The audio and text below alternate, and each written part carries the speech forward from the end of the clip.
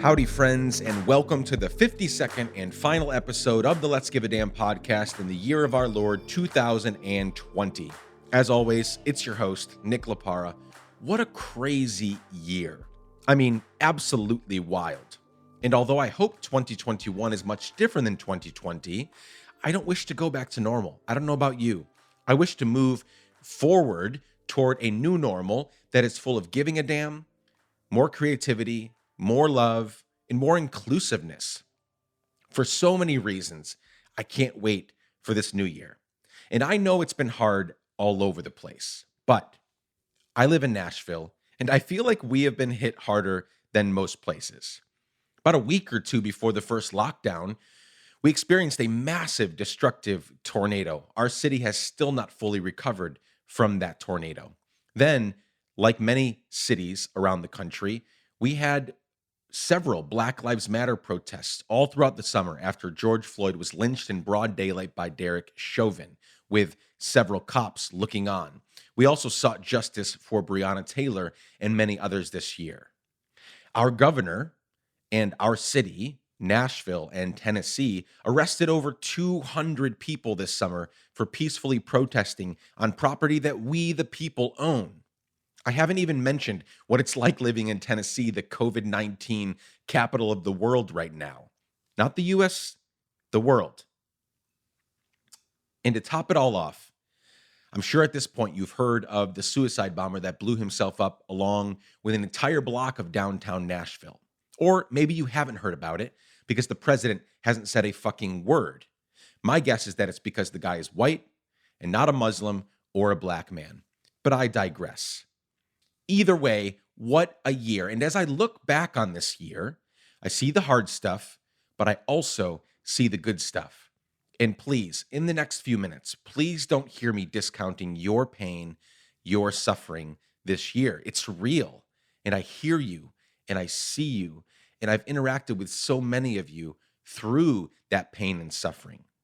But as I look back on this year, I see so many good things that have happened with Let's Give a Damn and around the world.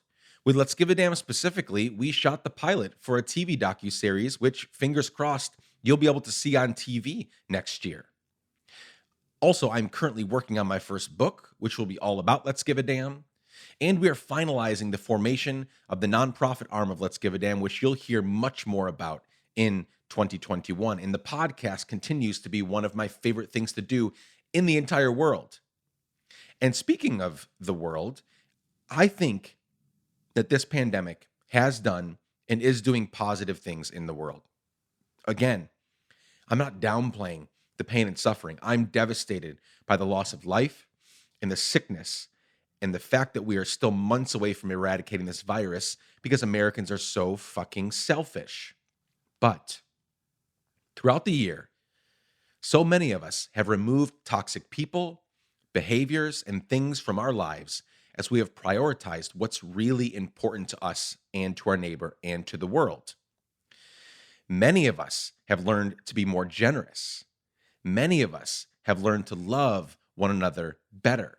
Many of us have learned to give so many more damns in so many more ways. And I hope that our future world looks much different than our past world. I've heard so many stories from y'all, success stories of how you've learned and grown and are different and how you're never going back to the old ways of living. That makes me so happy, so excited. You know, a while back, I made a t-shirt, which we actually need to make more of because many of y'all have asked for it, that said, thoughts, prayers, and let's give a damn. And the thoughts and prayers were crossed out. Not because I don't believe in thoughts and prayers, but because there's a fundamental piece missing with so many of us. I love this idea and keep coming back to it. So as we continue to go through this pandemic and navigate a tricky future, I implore you to keep thinking about and praying for all the suffering and pain you see in the world. But all of that is for naught if we do not figure out our role in that thing or those things and do something about it. I always go back to this Ralph Waldo Emerson quote. The purpose of life is not to be happy.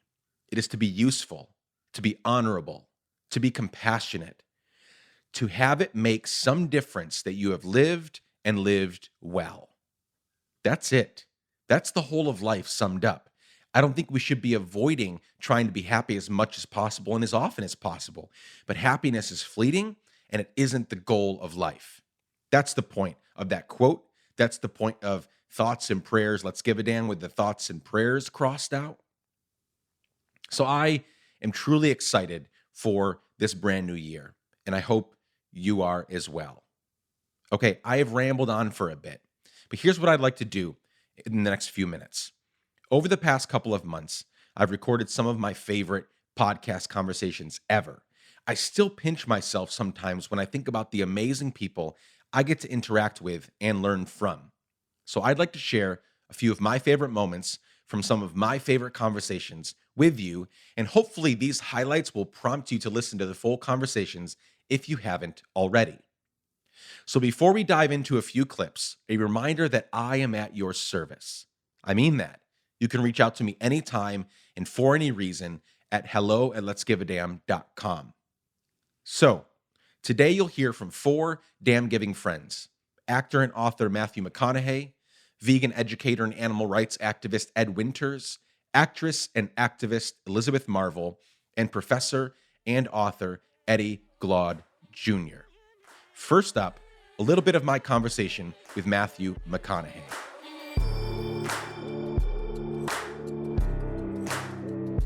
You have another part in the book where you talk about your year in Australia, right? And it's a fascinating, section of your life. But for a few of those months, before it got better, it was worse. And that was because you stayed with this family called the Dooleys, which everybody, you need to go get the fucking book so you can read it, all about the Dooley family. That was insane.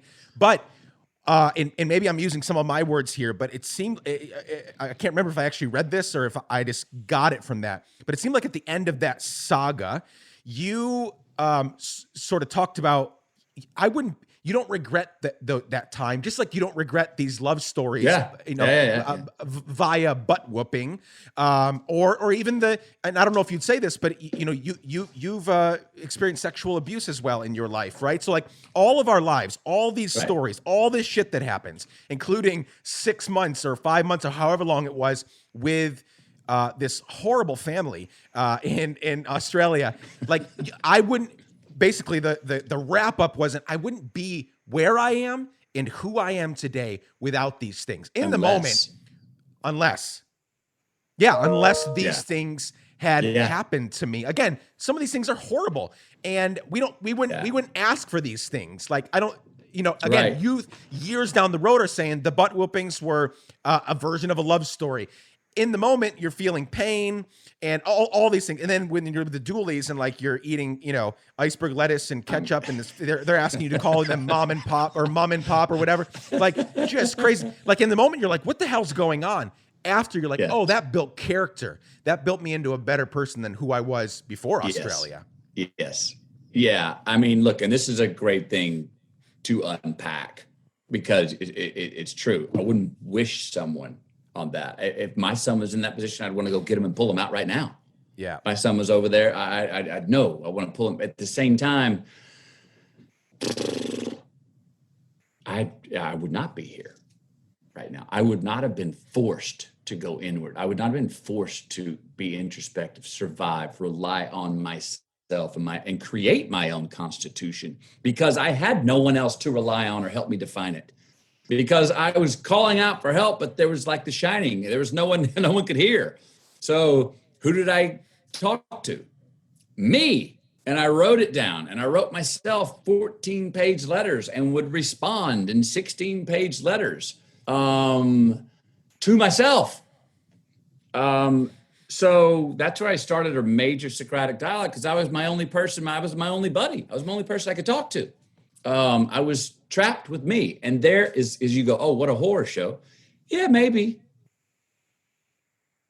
But I tell you this, I got out of that year and have run into crises before where I did do a form of actually denying red and yellow lights. I'm like, oh, this thing's nothing compared to what I went through. I got this lickety split. Tee me up. I'll take this one. It's nothing after the year I went through because I found resilience. I found an identity. I found I found out who I was not and who I was. I found out things I stood for.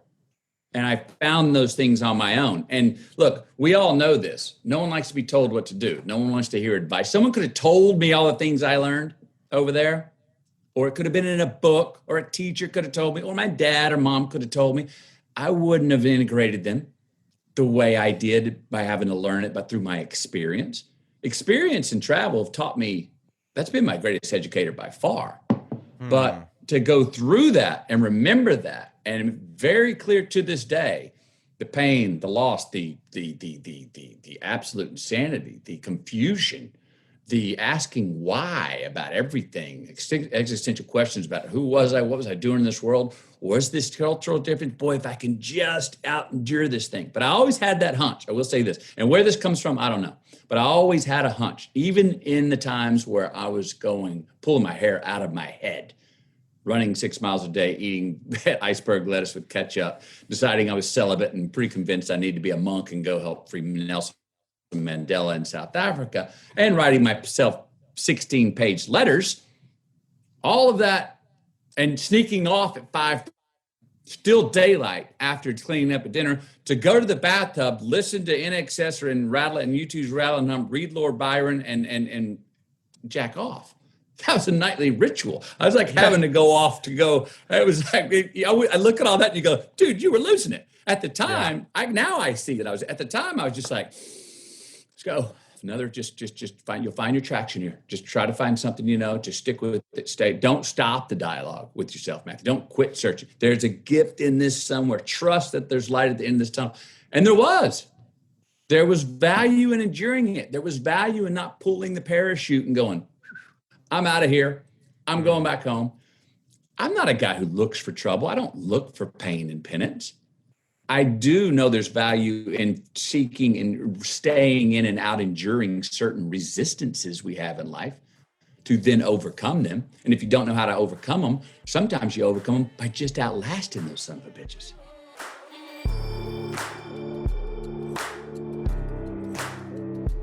Next up, I asked vegan educator and animal rights activist Ed Winters to address the leap between being vegetarian and being vegan. There are so many more vegetarians in the world than vegans. Why? What's going on there? His answer did not disappoint. Let's go. What would you say to somebody that's stuck right there, that wants to go full vegan, but they're putting a lot of barriers up to keep themselves from getting there? What would you recommend to them in terms of making that leap? You've already done the good work of going vegetarian. That's great. But helping them realize that's only part of the work if you truly care about these animals. I think there's a couple of things. I think firstly, trying to establish why someone's made that change. And I think whether, it could be health reasons, it could be environmental, or presumably animal rights reasons. And that's why most people go vegetarian, especially. And so I think it's about trying to find out the reasons, the motivations for that change. So let's take the animals, because it's the most obvious one. It's the one that most people, I think, give up meat for. Although environmentalism, of course, is a big part of it. But let's go animal rights. So the main premise behind being vegetarian is that we're against animals being killed. We don't want animals being killed unnecessarily. Slaughterhouses are bad. That's just not good. Well, the first thing to establish is, of course, that all dairy cows and egg-laying hens are killed. And they're killed in the exact same ways, in the exact same facilities. So we have a problem here where being vegetarian is it's a paradoxical thing, because you're saying that you are against something, but still paying for that very thing to happen. And this isn't to knock people that make that change. As I say, I went vegetarian before I was vegan. But vegetarianism shouldn't really exist as an ideology, because the ideology that it says it's subscribing to, it isn't. So it's almost like, I guess being a Christian, but not believing in God. It doesn't make sense. So that's not to knock people. I think it's, great people do that and are caring and are taking those steps. That's not to knock people, but it's an interesting idea to think that why do we have this thing that still perpetuates the very thing it says it's trying to stop? So all dairy cows and egg-laying hens are killed. We don't often get told that. We don't often realize that. But I think in many ways, the dairy industry and the egg industry is even worse. Yes. You take a cow that's raised for their flesh, and comparatively, they live a much better life. That doesn't make it acceptable. But dairy cows, of course, are forcibly impregnated. They have their babies taken away from them. In the US, there's lots of dairy cows that spend their entire lives inside. Again, not that them being grazing makes it ethical, but there are different considerations at play. And of course, they're always killed, but they're killed after about 4 to 6 years rather than after about 18 months. So the life that they live, which is often a very bad life, of course, just to put it lightly, is elongated. It's much longer. Yeah, it's like, would you rather? I mean, like, we talk about like chickens raised for their flesh. They're around for 6 weeks. It's a terrible 6 weeks of organ failure, selective breeding, huge growth, terrible, terrible pain. 6 weeks. But egg-laying hens, they go through a similar process, 18 months. They don't grow as large, but their bodies are selectively bred to produce excessive number of eggs. They lose their feathers. They're prone to, lice and parasites, broken bones, and osteoporosis. And they're still killed in the same slaughterhouse in the same way, but instead of 6 weeks, it's 18 months. So you think, well, if you had to be one of these animals, which animal would you be? No one would choose to be the dairy cow or the egg-laying hen. We wouldn't want to be any of those animals, of course. But their suffering is so much longer, and it still has the same fate. They still meet the same knife at the end of it. So I think that's an important thing to recognize. And so people make this step because they obviously very caring, very considerate. And it's just about saying, well, look, if you really care about these issues, which of course I believe that you do, well, then logically, to be consistent, that next step has to happen. Otherwise, we're living an inconsistent life. We're living out of kind of like hypocritical. It's paradoxical, of course. So I think that's a good way of doing it. Some considerations have to be put in place, of course. I think that in the US and the UK, it's the same. We have a lot of good meat replacements. The Beyond Burger, right? No one has a bite of the Beyond Burger and doesn't think it's delicious, right? It just is. But when it comes to vegan cheese, a lot of vegan cheese is not that good. Let's be honest. There are some really great brands, but it often is harder to find them. Sometimes you'll buy a vegan brand in the supermarket, you'll get home, you'll eat it, and you'll be like, this is not good. And it can be quite hard because cheese is notoriously hard to give up. And a lot of us really like it. I used to as well. And eggs, well, we don't really have that many vegan egg products. You guys have got Just, of course. You've got good mayonnaises, and you've got the Just scrambled egg. We don't have that here yet. So I think that step to vegetarian is easier in every single way. And it gives you the blanket feeling like you're doing something. And of course, you're just not doing as much as you should, but it gives you the comfort of thinking, well, at least I'm doing something. So you take that easy first step and then convince yourself that that's enough because you're doing more than you could be doing. And then you get into that comfortable state. So I think it's about challenging ourselves, holding ourselves accountable. We've talked a lot about empathy and understanding, and those are really important. But alongside that, there has to be accountability and responsibility. And so we have to have empathy for ourselves as well as for others. We also have to hold ourselves accountable as well as others. And so I think part of that accountability is, as you say, going a bit further on that research, not just stopping when you've seen what happens to meat, animals that are raised just for their meat, going that extra mile, going that extra step, embracing the discomfort of it. Most things in life that are fulfilling and worthy are not comfortable. Everything we want to achieve comes often at the expense of doing something that's not the most comfortable that we could do. And the realization of what happens to animals is incredibly uncomfortable. The realization that we've paid for that and perpetuated that is incredibly uncomfortable. And the realization that we're still doing that, it's hard. But it's through these realizations and it's through acknowledging the discomfort that we go through for them that we can start to make really meaningful changes. And the plus side is when you go vegan, when you make that step, when you get over those barriers, you can be so proud of yourself because it's not the easiest thing in the world. I mean, it's super simple and it can be very easy, of course, but that doesn't deny the fact that there are barriers and things that make it psychologically more than anything a bit more challenging. So once you've done that, you can be proud of yourself to think, yeah, I've done something really important for myself. I've proved to myself that I'm capable of doing something that maybe I didn't think I was. And I'm capable of doing something that was hard, but I've done it. And now I can achieve so much. And now I can go out and spread awareness. So I think that step to vegetarian to vegan is to go, I obviously care. I obviously want to do the right thing. I'm showing that through the actions I'm making now. But if I'm being really honest with myself, I know that to be in alignment with what I want or what I say that I want requires that extra step. And it might be hard and it might be challenging, but the rewards of that are so powerful because they're not just rewards for me, they're rewards for animals, the planet. That's the thing about veganism is it's bigger than us. Social justice issues are often bigger than us. Yeah. Veganism is a great example. The actions that we make by doing this thing, it transcends just benefiting us. And that's a wonderful thing to be able to acknowledge when you make that step. And I think that's why I would say just believe in yourself, go for it. If you make mistakes, just brush them off, get back on the road, try again.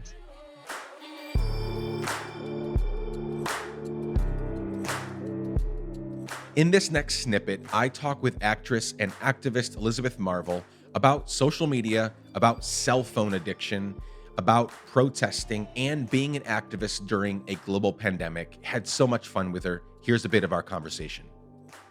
Everybody and everything tells you have to be on social media to, like, build a business, build a community. Like I have, I'm Let's Give a Damn is not just a podcast. It is a forthcoming TV show, and I'm writing a book, and we started a nonprofit in 2 years. 12 to 24 months from now, we're going to start a social impact venture capital fund, and all these things that we're working on. Fantastic. And a lot of that just, again, the culture tells me, therefore I'm telling myself that I have to be in all of this all the time, getting my hands dirty on social media, building community, so that I can actually build those things. Okay, but what does your heart tell you? What does that still quiet voice inside you tell you? Does it say you have to do all of that all the time? Well, probably not. Probably not. Especially since I people think built amazing things throughout history, and they never had this until 10 years without ago. a fucking cell phone. Yeah. But is it a business tool? Yes, it sounds like it's a very effective business tool. Can you use it for business? Yeah. And maybe cut out the scrolling and the liking and the, you know what I mean? Yeah, maybe there's So like a happy middle ground.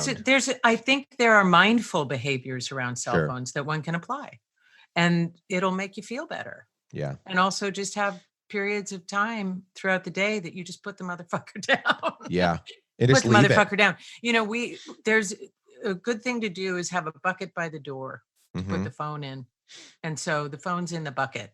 So if anything else, because you never want to be that asshole with the phone on the table. Oh, it's, yeah. You know what I mean? So I've been there, and it's horrible. And we've all been there. I look We've at all been myself there. doing it. I get out of and myself. you're like, and I who's look and that I'm like, asshole? That's so horrible, Nick. That Put the guy's phone such an down. asshole. Yeah. Yeah. So put the phone in a bucket, have it there. So at least you have to cross the room to get it. So at least it's going to make you aware, like, I'm going to the phone now, instead of that weird unconscious.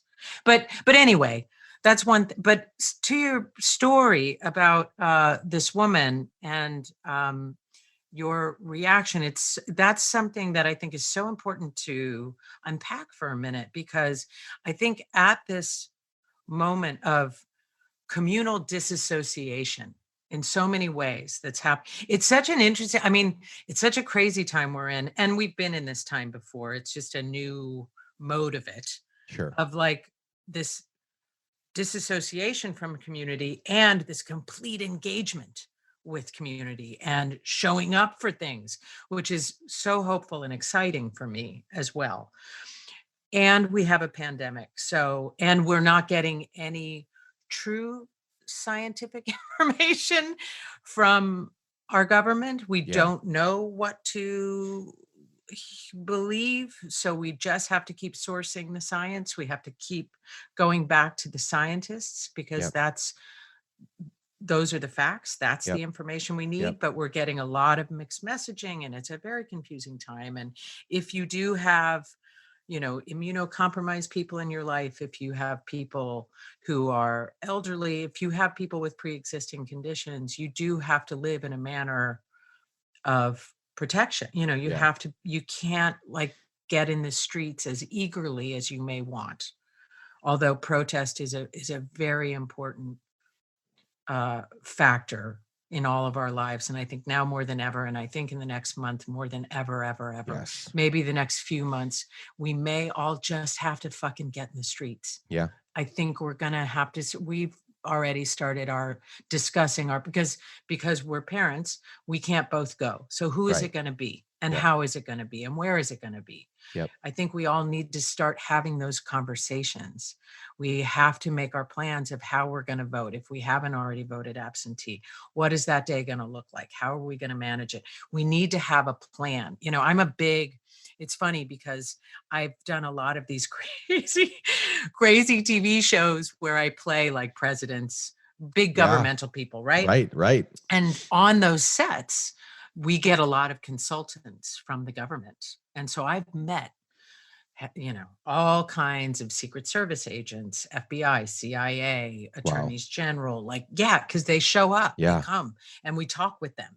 And one of the things I'll tell you that, and this has been over like the past 10 years, that I consistently hear from people is as far as the world we're in, I'm like, what do I need to know that I'm not hearing? They're like, have a plan, because the grid might go down, because your little plastic card may not pour out the money when you go to get, have a plan, Yep.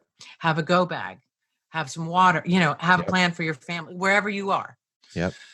I say that about sort of all things right now, like have a plan. How are you going to engage? How are you going to vote? But then also with your kids, like if you can't get in the streets because of health issues or X, Y, and Z, there are so many things we can do. We can take what knowledge we have and educate others. We can advocate for legislation. We can call our representatives. We can, write letters. We can build coalitions. We can use that social media to tweet at our legislators or Yep. email them, and specific state, local, federal laws we can engage with and just flood with emails, handwritten postcards.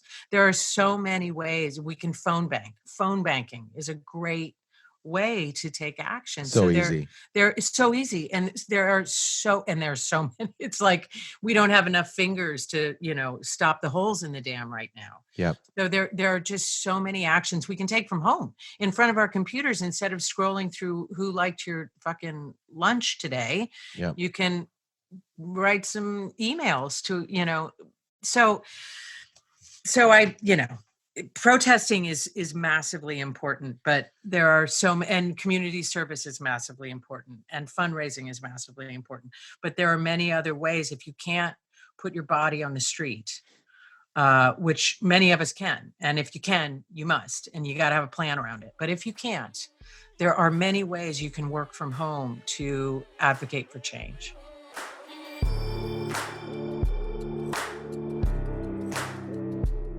And last but definitely not least, I had a tremendously impactful conversation with Professor Eddie Glaude Jr., Princeton professor and the author of one of my favorite books of 2020, Begin Again, James Baldwin's America and Its Urgent Lessons for Our Own. We had a fantastic conversation about James Baldwin, racism, and so much more. At the very end of our conversation, I asked him to help us prepare for what's next. What he shared blew me away and encouraged my heart so deeply. Here's what he had to say. America is too big. It's too big. It's 350 million people. Can you get that many people to come to terms with where we've come from, who we are currently, and we have to change everything? Like, can that happen? You look at the happiest places on earth. You look at the happiest countries. First of all, they're being led by women, not megalomaniacal white men. They are being led by women. They're being led by progressive men. And they're also a lot smaller, right? 5, 10, 15, 20 million. Kind of Germany's on the bigger side of put together countries that are trying to do things right. Our country is so big. Do you agree with that? Or does that make sense? Or do you think that a country this size could make the changes necessary? This is the richest country in the history of the world. So it has the means, it just doesn't have the will. There you go. Right? I mean, if you have a society that's predicated upon an economic philosophy of extraction that presumes that certain folk are disposable, then you're going to see what and who they value and how they budget. So, and then they're going to convince us and tell us the lie that they're limited resources. We can't do all the things that folks want us to do. That's not true. It's just a lie. And so I think at the end of the day, it's not about to me, it's not necessarily about our size. It's about our will. It's about what these people are willing to do and why they're not willing to do it. Many are it's abject greed. And it's a profound investment in the idea that this country must remain a white nation in the vein of old Europe. And when those two things, Donald Trump sits in the sweet spot of those two things. Sure. Exactly. Of greed and racism. That's where he rests right there. And he exploits it for his end. You asked me in the last few minutes where we are, to just kind of say, well, buckle up, Doc. Nothing about November is going to resolve anything. No. Yeah, exactly. buckle up. We're in the eye of the storm. The tail is coming. Yeah. I grew up on the coast. Woo. The tail is coming, and it might turn back around on us, given the way climate change has changed how these storms work. So part of what I do know is this: in every moment in which the country has had an opportunity for it to be otherwise, white supremacy is the umbilical cord wrapped around the baby's neck, and it chokes the life out of it. Mm. Every single time. We got to be better midwives. We can't tinker around the edges. We know the place is broken. It is clear it's broken. It's broken economically. It's broken politically. We're broken socially. Mm. The very fabric of the country has shredded. It's coming apart at the seams. And it seems to me that we're in this moment right now where we have to dream big dreams, or to put it in different language, we have to take Cole's train giant steps. Mm. You know what I mean? Yeah. Make somebody go, wait, what did he just play? We have to do something at the level of the social that is that remarkable. The question is, do we have the will? I'm a firm believer in Baldwin, in this sense, how Baldwin put it. The only way we can even dare to build a new Jerusalem is that we have to give up on the idea of trying to convince some of these folk to believe otherwise, and instead invest our energy in building a world where those noxious views have no quarter to breathe. I'm tired of trying to compromise. I'm tired of trying to convince. I want you and me and others of like mind and spirit to do everything we can, to risk everything we can in trying to build a world where no matter the color of your skin, no matter your zip code, no matter who you love, no matter your gender, no matter your physical ability, that not only can you dream dreams, you can make those dreams a reality.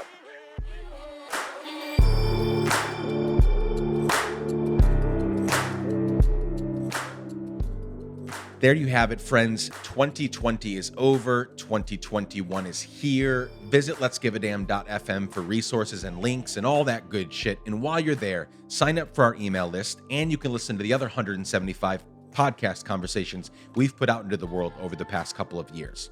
Lastly, and I mean this from the bottom of my heart, thank you for listening. Thank you for listening in 2020, this crazy year. I'm truly honored by your continued support. Thank you for showing up each and every week. If you want to help us do this more and more in 2020, go to patreon.com/letsgiveadamn to help us out with a few dollars every single month. Or maybe you don't have any extra money, and that's fine, but you can go to Apple Podcasts and leave us a 5-star rating and review. And additionally, tell a friend about the show. The more the merrier. This show is produced by Chad Michael Snavely and the team at Sound On Sound Off Studios. The music is by our friend Propaganda. You can reach out to me anytime and for any reason at hello@letsgiveadamn.com. I love you all. Happy holidays. Happy New Year. Be safe. Keep giving a damn. Peace.